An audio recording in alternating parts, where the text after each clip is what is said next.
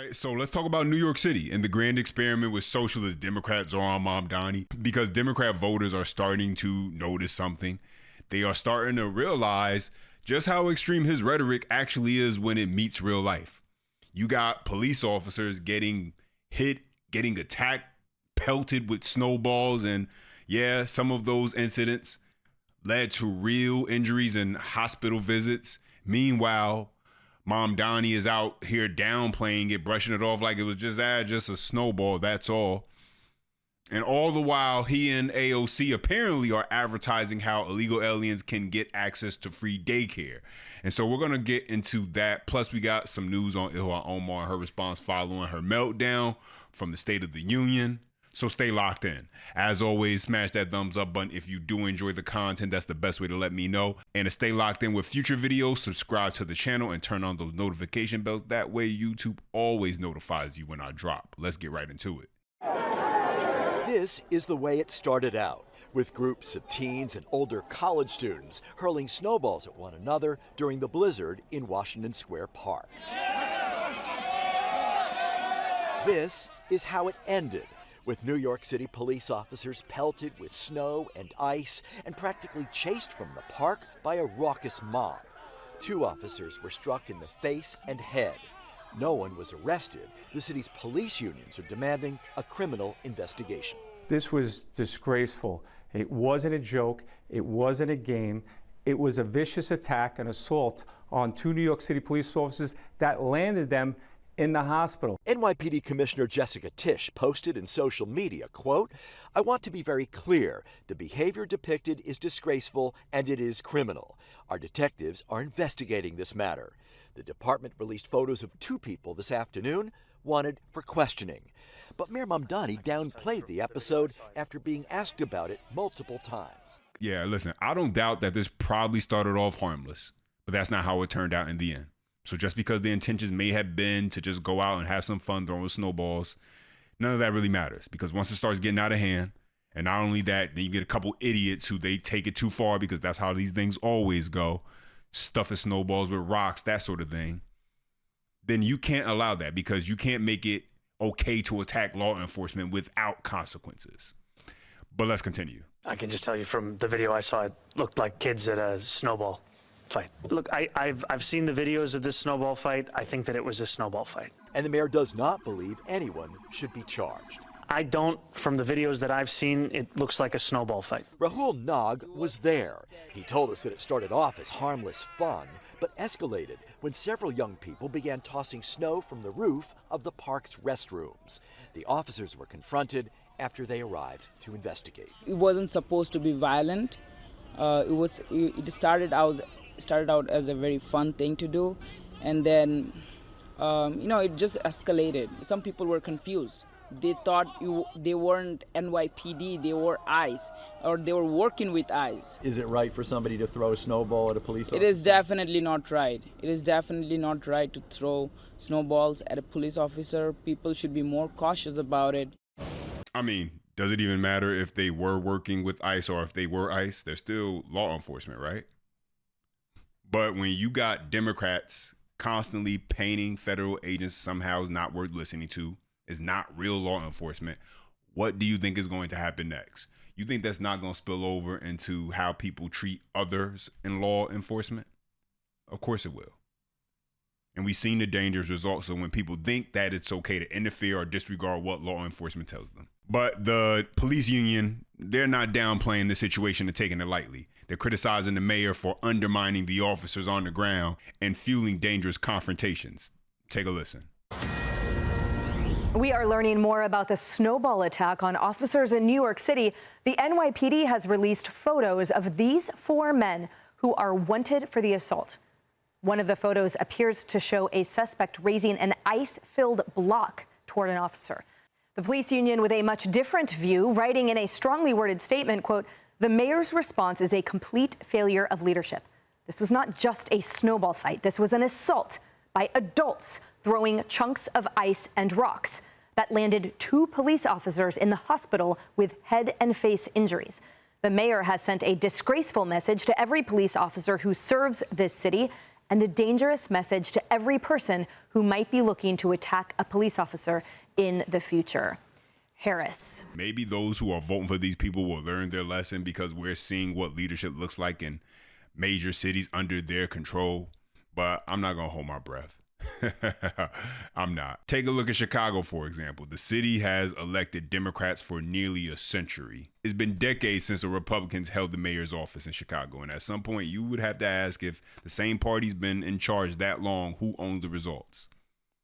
And now the only question is whether New York City is at risk of falling into that same cycle, especially when you got more and more residents leaving cities they feel are poorly managed. And when that happens, sometimes the only people left are the ones who keep voting for the same policies.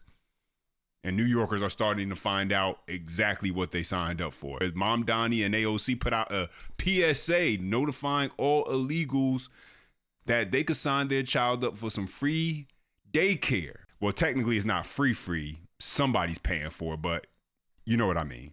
Take a listen. Hola.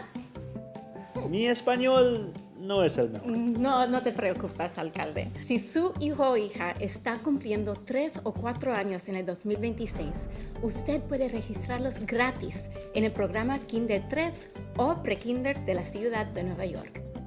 Pero debe registrarse el 27 de febrero, que es la fecha límite. Cualquier padre de la familia de la ciudad de Nueva York, sin importar su ocupación, ingreso o estatus migratorio, es elegible para registrar a sus hijos. Yeah, so translation, you can register your child for this free childcare program. In AOC, she goes on and says it applies regardless of your occupation, income, or immigration status. And so while Mamdani can't seem to back the police department, he can back illegal migrants getting free childcare. But what do you expect? He wants to cut police funding and create more free programs for everyone. All right, and so let's get into Ilhan Omar. At the State of the Union, she had what many are calling a full-on meltdown with her reaction during the address, and now she's finally speaking out. CNN gave her 3 opportunities to clarify or apologize for her behavior, and she declined every time. Take a look at this. The House Democratic leader, Hakeem Jeffries, advised your caucus, the Democratic members, to either skip the State of the Union address or sit there in silence. Should you have just boycotted the address, and do you think you violated the guidelines set out by your own leader? No, I think it was really unavoidable. The president talked about protecting Americans, and I just had to remind him that his administration was responsible for killing 2 of my constituents. In Minneapolis, many members of your Democratic Party criticized their Republican counterparts when they interrupted President Biden's State of the Union address, as a lot of us remember. Do you have any regrets at all about the interaction we played between you and President Trump just last night? I do not, and I think many people look at that moment when the president says it is our responsibility to protect Americans, and he does not acknowledge the fact that 2 Americans, 2 of my constituents, 2 of our neighbors were killed. And it was important for me to just remind the American people that the president and his administration was responsible for killing 2 American citizens. With hindsight, Congresswoman, do you think you would have been better off boycotting the speech like so many other Democratic lawmakers did, or did you do the right thing by actually showing up there? I brought 4 Minnesotans as guests for the Minnesota delegation. It was important for us to be there, to bear witness, to hold the space for our constituents that have lived through an occupation from federal law enforcement, that have been terrorized, that have seen our neighbors been killed and traumatized in so many ways. And so, no, I think it was really important for my constituents to see me there. It was really important to my constituents to hear that I was reminding the president that Renee Good and Alex Preddy were killed under this administration.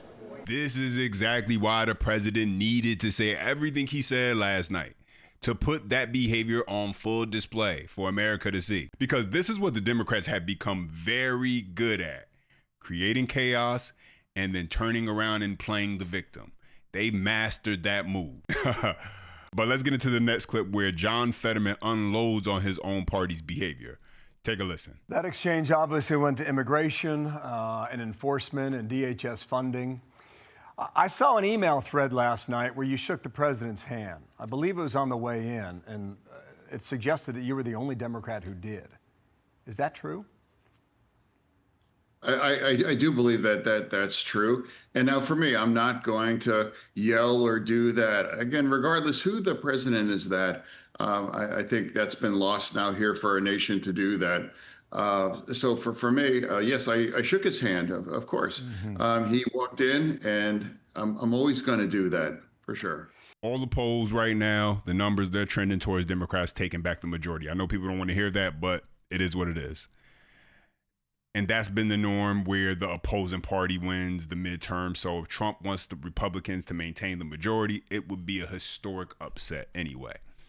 And outbursts like what we saw from Democrats, they only help Republicans. And so we'll see, because Democrats are showing us more and more every day who they are and how they plan to operate. And ultimately, voters are going to be the one to decide whether that's what they want. And so, yeah, we'll see what happens, and we'll go from there. Those are my thoughts in the update. Now, let me hear from you. As always, drop your comments down below. Smash that thumbs up button if you enjoy the content. Subscribe to stay locked in with future videos. And as always, until next time.